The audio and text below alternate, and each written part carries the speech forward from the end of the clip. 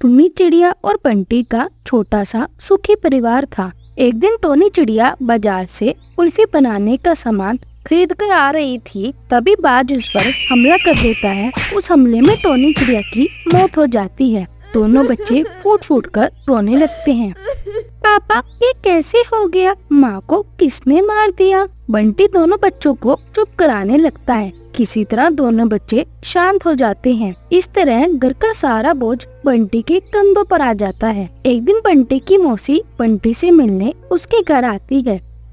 बेटा, तुम लोगों की मुझसे ये हालत देखी नहीं जाती। मेरी एक बात मान, तू दूसरी शादी कर ले। तब तक घर पर रह के बच्चों का ध्यान रखेगा और बाहर का काम कैसे करेगा? नई माँ मिलेगी तो बच्चे भी खुश हो जाएंगे और तुझे भी थोड़ा आराम मिल जाएगा। बंटी को अपनी मौसी की बात सही लगती है। कुछ दिनों बाद वह टुनटुनी चिड़िया से शादी कर लेता है। टुनटुनी चिड़िया बच्चों को अच्छी तरह से ध्यान रखने लगती है। इसी तरह एक महीना गुजर जाता है। एक दिन टुनटुनी चिड़िया एक अंडा देती है। अंडा देने के बाद टुनटुनी चिड़िया का बर्ताव बच्चे के प्रति बदल जाता है। एक दिन पिंकी चिड़िया और उसका भाई आपस में खेल रहे थे, तभी टुनटुनी उन्हें अपने पास बुलाती है। ए पिंकी, आज से तेरा खेलना कूदना बंद। आज से तू अपने भाई के साथ मिलकर काम करेगी। डर के मारे दोनों बच्चे काम करने लगते हैं। काम करते करते उन्हें रात हो जाती है। तभी टोनी चिड़िया की आत्मा वहाँ आती है। उसे देखकर पिंकी डर जाती है। पिंकी बेटा,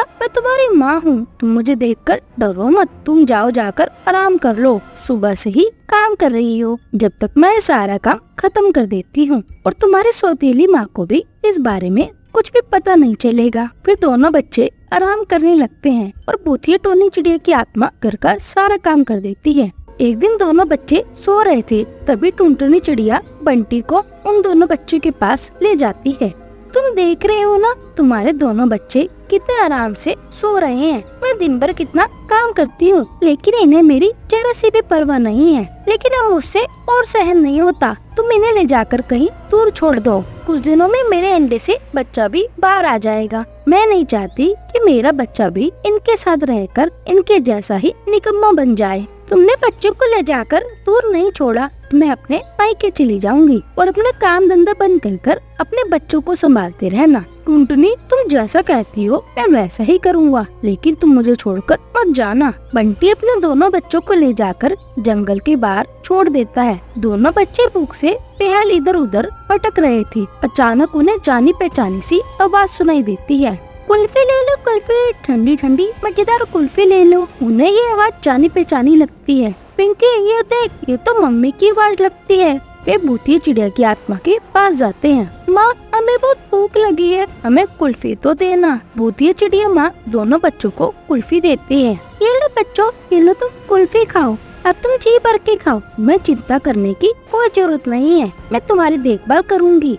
भूतिया चिड़िया की आत्मा दोनों बच्चों के लिए घोंसला बनाती है। बच्चों, आज से तुम दोनों इसी घोंसले में मेरे साथ रहोगे। मैं तुम्हारा पूरा ख्याल रखूंगी, तुम्हें किसी भी चीज की कोई कमी नहीं होने दूंगी। इस तरह से भूतिया चिड़िया की आत्मा कुल्फी बेचकर अपने दोनों बच्चों की देखभाल करने लगती है। इस तरह से दोनों बच्चे अपनी माँ के साथ जिंदगी बिताने लगते हैं। एक दिन बंटी की माँ कुएं पे से पानी भरकर कर लौट रही थी, तभी अचानक उसका पैर फिसल जाता है और वह धड़ाम से जमीन पर गिर जाती है, जिस वजह से उसके सिर पर चोट लग जाती है। बंटी फौरन अपनी माँ को उठाकर अस्पताल की ओर भागने लगता है। थोड़ी दूर जाने पर अचानक बंटी के सामने एक बड़ी सी एम्बुलेंस आकर रुक जाती है।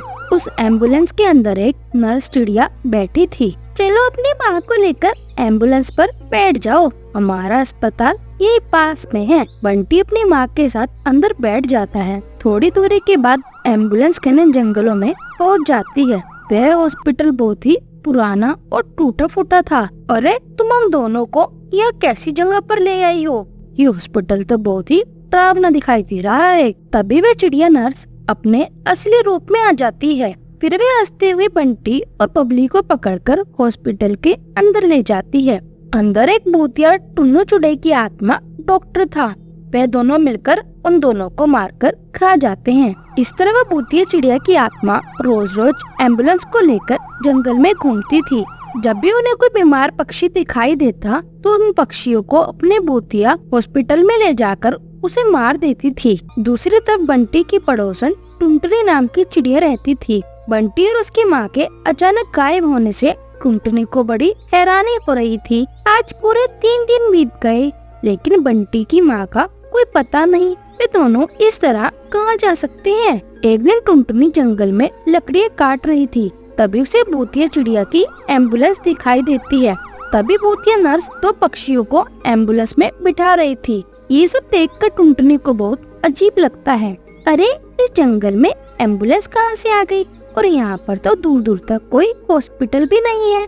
जरूर कुछ तो गड़बड़ है। तभी वह एम्बुलेंस वहाँ से निकल जाती है। उसके बाद एम्बुलेंस के टायरों का पीछा करते हुए चिड़िया उसी भूतिया हॉस्पिटल के पास पहुँच जाती है। अरे ये तो बहुत अजीब हॉस्पिटल है। लगता है भूतिया चुड़ैल की आत्मा इन पक्षियों को यहाँ लाकर मारती होगी। इसके बाद टुनटुनी चुपके से हॉस्पिटल के अंदर चली जाती है। तब उसे अलमारी के अंदर बंटी और उसकी माँ का कटा हुआ सिर दिखाई देता है। हे भगवान, भूतिया चिड़िया की आत्मा ने बंटी और उसकी माँ को मार डाला।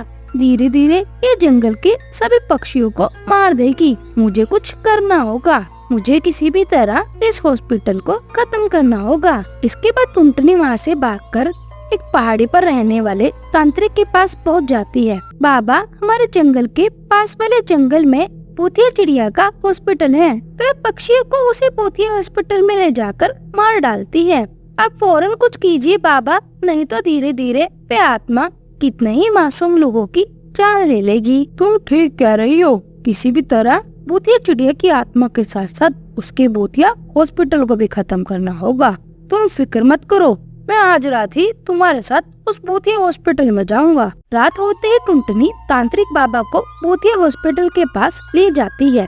तांत्रिक बाबा हॉस्पिटल से थोड़ी दूर पर आग जलाकर मंत्र पढ़ने लगते हैं।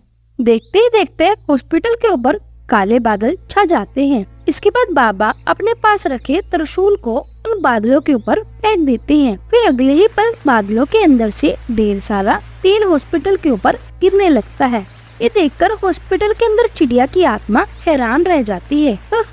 ये सब क्या हो रहा है? अच्छा, तो हमें मारने की कोशिश कर रहे हैं। उसे अपनी जान की परवाह नहीं है। ठहर जाओ, अभी मैं तुम्हें बताती हूँ। तभी तांत्रिक बाबा टुनटुनी के हाथ से जलती हुई मशाल लेकर हॉस्पिटल के ऊपर फेंक देते हैं और थोड़ी देर में हॉस्पिटल जलने लगता है।